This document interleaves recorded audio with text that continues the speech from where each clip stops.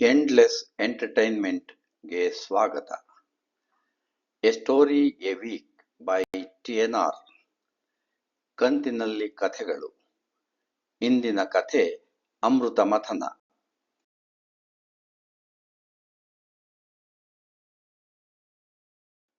ಸೃಜನಳ ಅಮ್ಮನ ಹುಡುಕಾಟ ಮುಂದುವರೆದಿದೆ.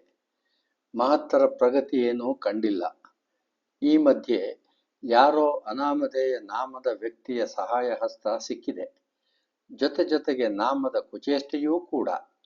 ಸೃಜನಳಿಗೆ ಸಹಾಯ ಹಸ್ತದ ಬಗ್ಗೆ ಧನ್ಯತಾ ಭಾವ ಮತ್ತು ನಾಮದ ಕುಚೇಷ್ಟೆಯ ಬಗ್ಗೆ ಸಿಟ್ಟೂ ಇದೆ. ಮುಂದೆ ಅಮ್ಮನ ಹುಡುಕಾಟದಲ್ಲಿ ಮಗಳು.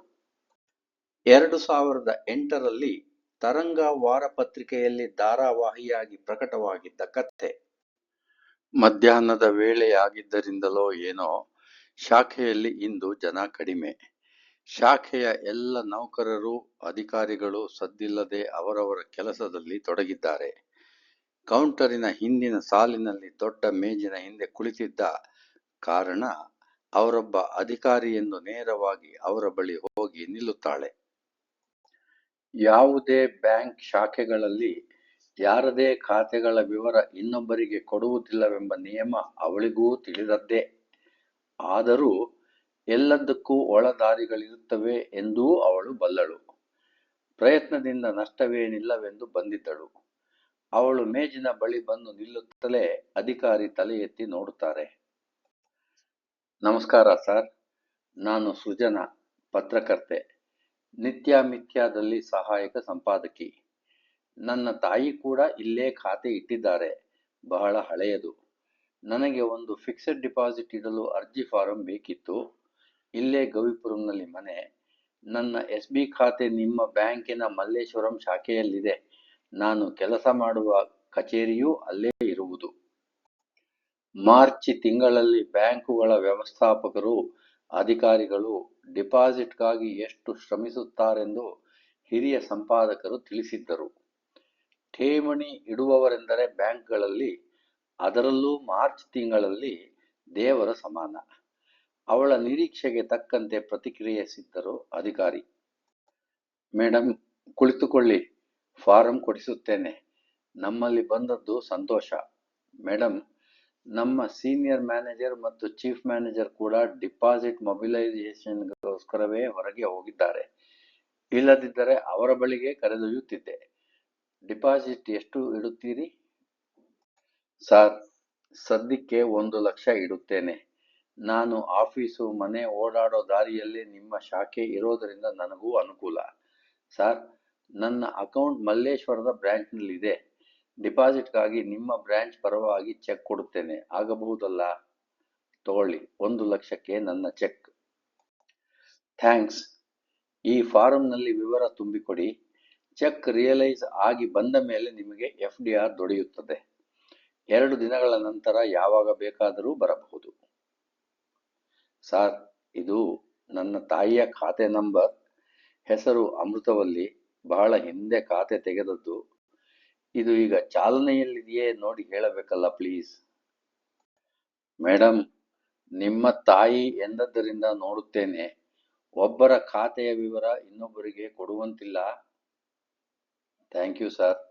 ನನಗೂ ಇದು ಗೊತ್ತು, ಆದರೂ ನನ್ನ ತಾಯಿಯದೇ ಅಲ್ಲವೇ, ಅದಕ್ಕೆ ಕೇಳಿದೆ ಅಷ್ಟೇ. ಅಧಿಕಾರಿ ಮೇಜಿನ ಮೇಲಿದ್ದ ಗಣಕಯಂತ್ರದ ಮೂಷಿಕವನ್ನು ಅತ್ತಿತ್ತ ಸರಿಸಿ ಆಗೊಮ್ಮೆ ಈಗೊಮ್ಮೆ ಕ್ಲಿಕ್ಕಿಸಿ, ಮೇಡಮ್, ಹೆಸರು ಅಮೃತವಲ್ಲಿ ಎಂದಿರಲ್ಲವೇ?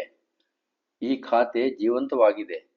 ಈಗಲೂ ಪ್ರತಿ ತಿಂಗಳಿಗೊಮ್ಮೆ ಹಣ ಜಮಾ ಆಗುತ್ತಿದೆ. ಆಗಾಗ್ಗೆ ಹಣ ತೆಗೆಯುವುದೂ ಉಂಟು. ಇದೆಲ್ಲ ಮನೆಯಲ್ಲೇ ಪಾಸ್ಬುಕ್ ನೋಡಿದರೆ ತಿಳಿಯುತ್ತಲ್ಲ. ಮತ್ತೆ ಥ್ಯಾಂಕ್ಸ್. ಮನೆಯಲ್ಲೇನೋ ತಿಳಿಯುತ್ತೆ, ಆದರೆ ಅಮ್ಮ ಎಲ್ಲವನ್ನೂ ಗುಟ್ಟು ಮಾಡುತ್ತಾರೆ. ನನಗೂ ಡ್ಯಾಡಿಗೂ ಸ್ವಲ್ಪ ಕುತೂಹಲವಾಯಿತು, ಅದಕ್ಕೆ ನಿಮ್ಮನ್ನು ಕೇಳಿದೆ.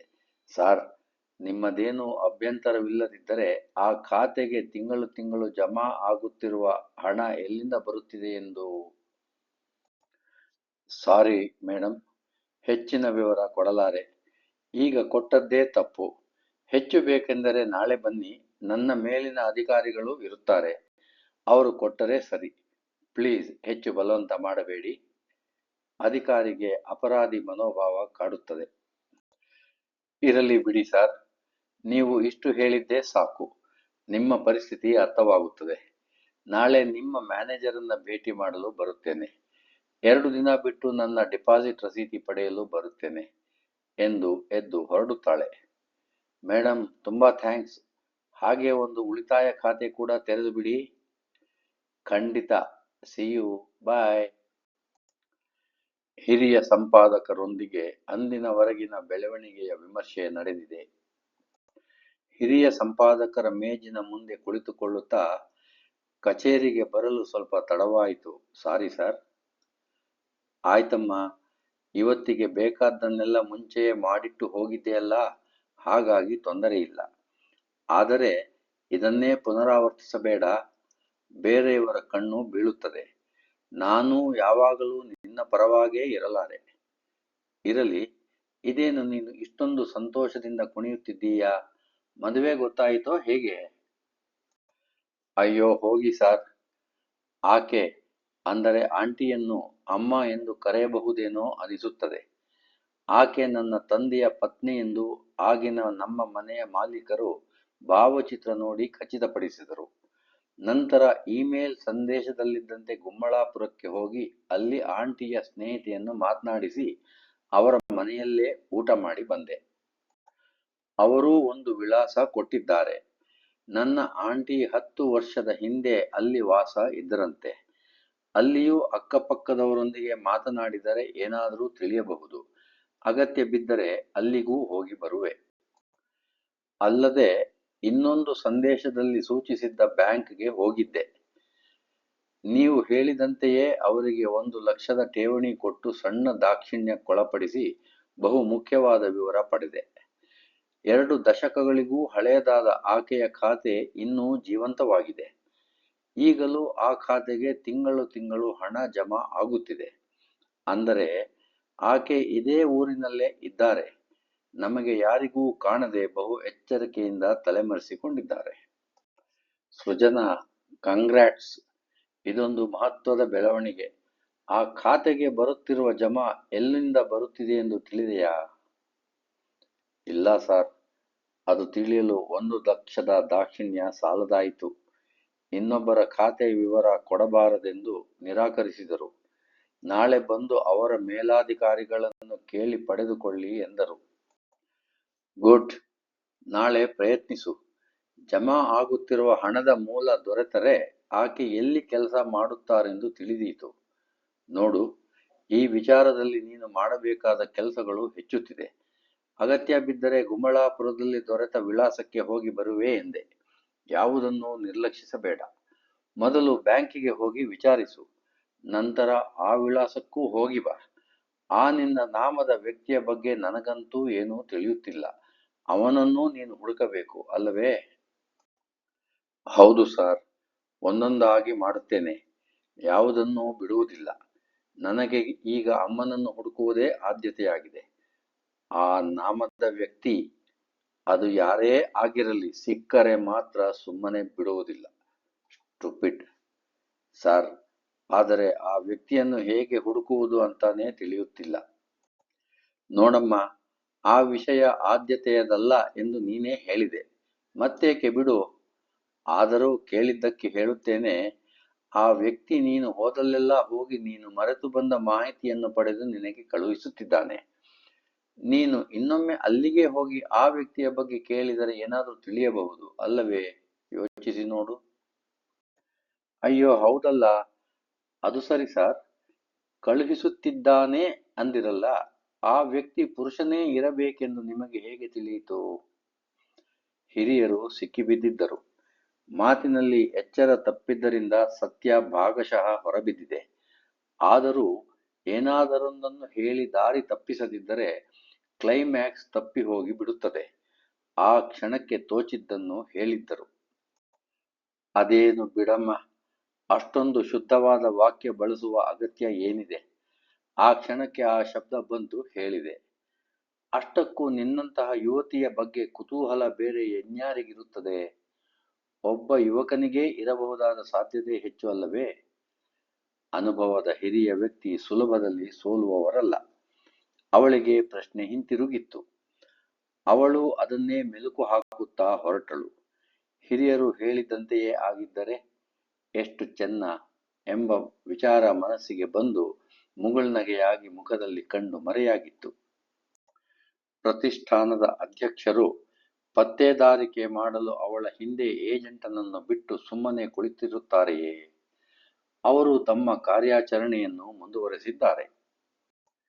ಸಂಜೆ ಮನೆಯಲ್ಲಿ ಮಕ್ಕಳೊಂದಿಗೆ ಟಿವಿ ವೀಕ್ಷಿಸುತ್ತಾ ಬ್ಯಾಂಕ್ನ ಚೀಫ್ ಮ್ಯಾನೇಜರ್ ಹೆಗಡೆಯವರು ದೂರವಾಣಿ ಗಂಟೆ ಮೊಳಗಿದ್ದರಿಂದ ಟಿವಿಯ ಮೇಲಿನ ಗಮನ ಬಿಟ್ಟು ದೂರವಾಣಿಯ ಕಡೆ ನಡೆಯುತ್ತಾರೆ. Hello, Hegde here. Mister Hegde, ನಾನು ವಿದ್ಯಾಶಂಕರ್ ಅಂತ. ನನ್ನ ಹೆಸರು ಕೇಳಿರಬಹುದು. ವಿಶ್ವಪ್ರಜ್ಞಾ ವಿದ್ಯಾಶಾಲೆಗಳ ಅಧ್ಯಕ್ಷ. ನಮಸ್ತೆ ಸರ್. ನಿಮ್ಮ ಬಗ್ಗೆ ಚೆನ್ನಾಗಿ ಕೇಳಿದ್ದೇನೆ ಸರ್. ನೀವು ನನಗೆ ಫೋನ್ ಮಾಡಿದ್ದೇ ನನ್ನ ಭಾಗ್ಯ. ಹೇಳಿ ಸರ್, ಪ್ಲೀಸ್. ಮಿಸ್ಟರ್ ಹೆಗ್ಡೆ, ನೀವು ಇವತ್ತು ಡಿಪಾಸಿಟ್ ಮೊಬಿಲೈಸೇಷನ್ಗೆಂದು ಹೋಗಿದ್ದೀರಿ. ನಿಮ್ಮ ಟಾರ್ಗೆಟ್ ಭರ್ತಿ ಆಯಿತಾ? ಇನ್ನೂ ಇಲ್ಲ ಸರ್. ನಮ್ಮದೇ ಬ್ಯಾಂಕ್ನ ಇತರೆ ಬ್ರಾಂಚ್ಗಳಿಂದಲೇ ಪೈಪೋಟಿ ಇದೆ. ಸರ್, ವಿಷಯ ಹೇಳಿ ಸರ್. ನಿಮ್ಮ ಟಾರ್ಗೆಟ್ ಭರ್ತಿಯಾಗಲು ಇನ್ನೂ 1 ಕೋಟಿ ರೂಪಾಯಿ ಕಡಿಮೆ ಇದ್ದೀರಿ. ಅದನ್ನು ಭರ್ತಿ ಮಾಡಲು 1 ಕೋಟಿ ನಾಳೆ ಬೆಳಿಗ್ಗೆಯೇ ನಿಮ್ಮ ಶಾಖೆಗೆ ವರ್ಗಾಯಿಸಲು ವ್ಯವಸ್ಥೆ ಮಾಡುತ್ತೇನೆ.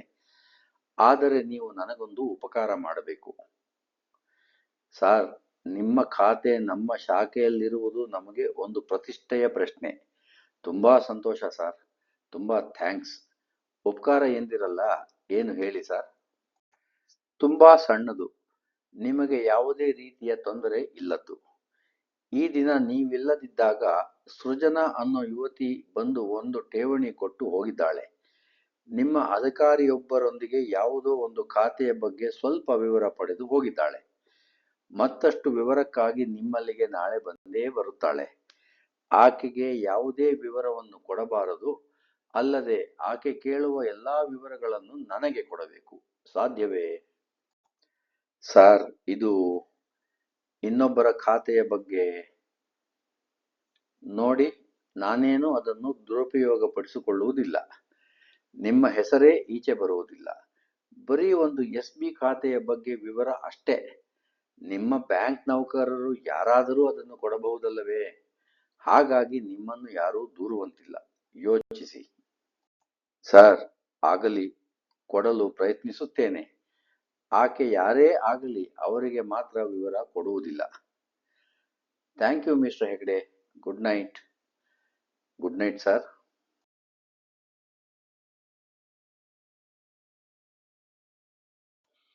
ಈ ಕಥಾ ಸರಣಿ ನಿಮಗೆ ಇಷ್ಟವಾದಲ್ಲಿ ದಯಮಾಡಿ ನಿಮ್ಮ ಬಂಧು ಮಿತ್ರರಿಗೆ ಈ ಕಥೆಗಳನ್ನು ರವಾನೆ ಮಾಡಿ ಹಾಗೂ ಈ ಚಾನಲ್ಗೆ ಸಬ್ಸ್ಕ್ರೈಬ್ ಮಾಡಿ ಎಂದು ಮನವಿ. ಧನ್ಯವಾದಗಳು.